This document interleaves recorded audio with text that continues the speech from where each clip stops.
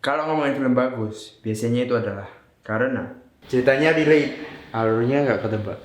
Pemerannya cantik. No, cinematography.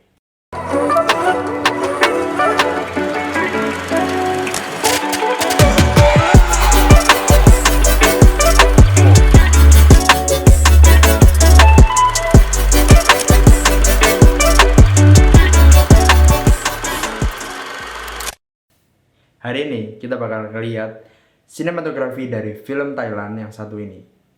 Namanya adalah Bad Genius. เริ่มทำข้อสอบได้ครับ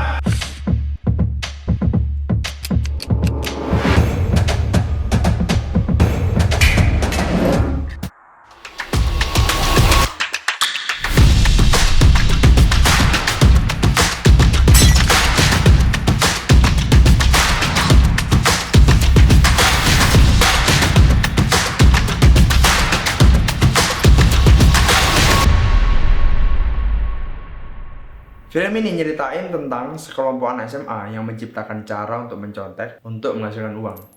Yang awalnya hanya skala kecil di sekolahnya aja, lalu berkembang ke skala yang lebih besar. Dan top, kalau kalian belum nonton, aku saranin nonton dulu. Pause dulu video ini, close dulu. Kalian bisa nonton di Netflix, di iFlix, di website langganan kalian. Tapi jangan yang bajakan, aku nggak saranin. So, let's start Friday.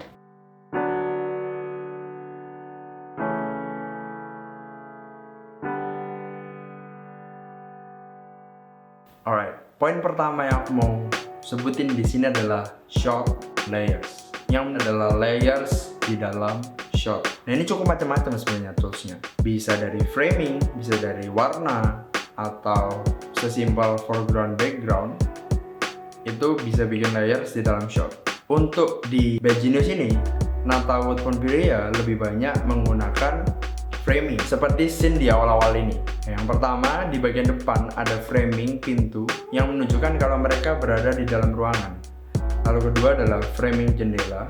Kalau kita lihat lebih detail lagi, yang ketiga ada framing setiap orang di sisi yang berbeda, kanan dan kiri. Nata Wood menggunakan ini di berbagai shotnya, dan memang terbukti ngebuat shotnya tuh lebih menarik dan engaging gitu. Dengan adanya layers, kita tuh bisa merasakan kedalaman dari sebuah shot. Ada yang di bagian depan, ada yang di bagian belakang. Dan untuk soal komposisi, udah nggak usah ditanya, keren banget. Di awal sebuah scene, pada umumnya yang wajar digunakan adalah establishing shot, yaitu adalah wide shot.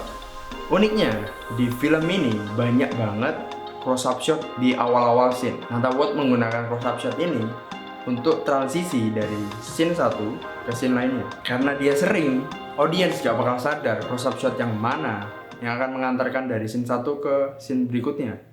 And this is why people love to watch films, because they love to be surprised. Kita gak pernah suka film yang mudah ketebak gitu.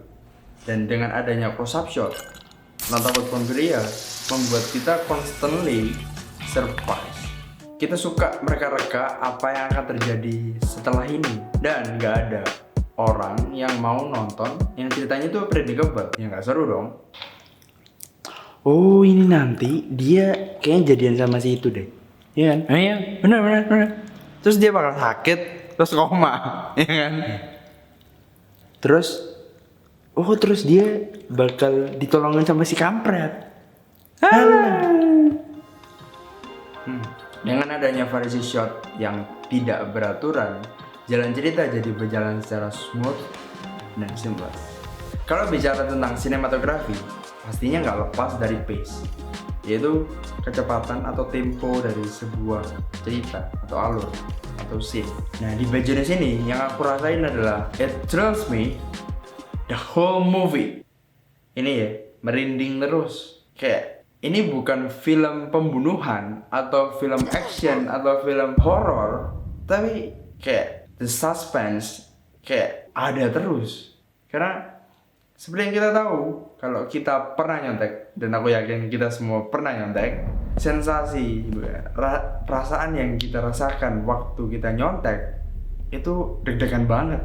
Nah, apalagi menconteknya itu di a whole new level. Kalau kita biasanya nyontek di sekolah di satu kelas yang ini levelnya nasional bahkan internasional gitu ke Australia buat tes SAT atau kalau di filmnya namanya SAT. Nah SAT ini intinya ujian untuk menentukan kamu bisa masuk di universitas favorit yang ada di luar negeri. Come on, guys. Dan ini Wake standarnya up. internasional.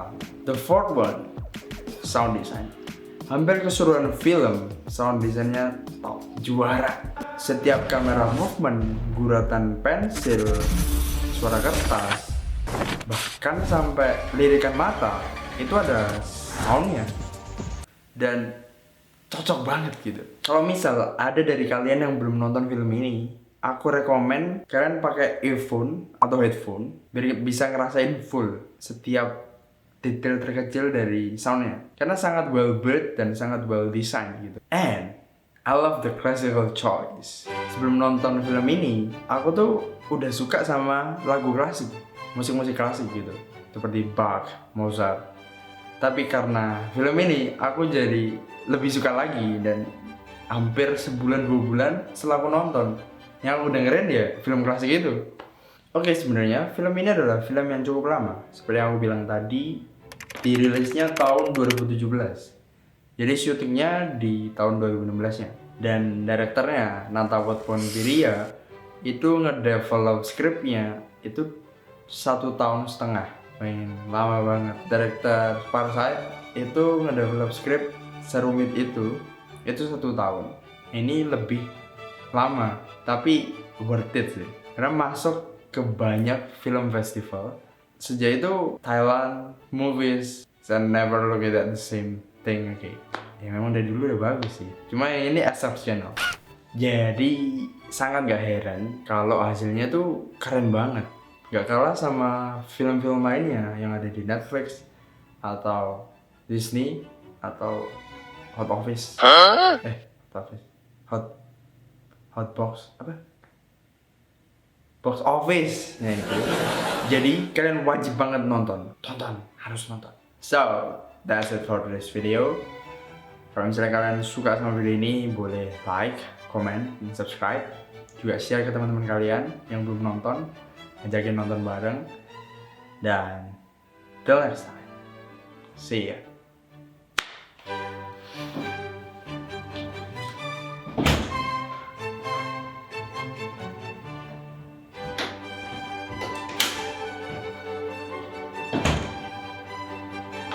Tonton ya, tonton.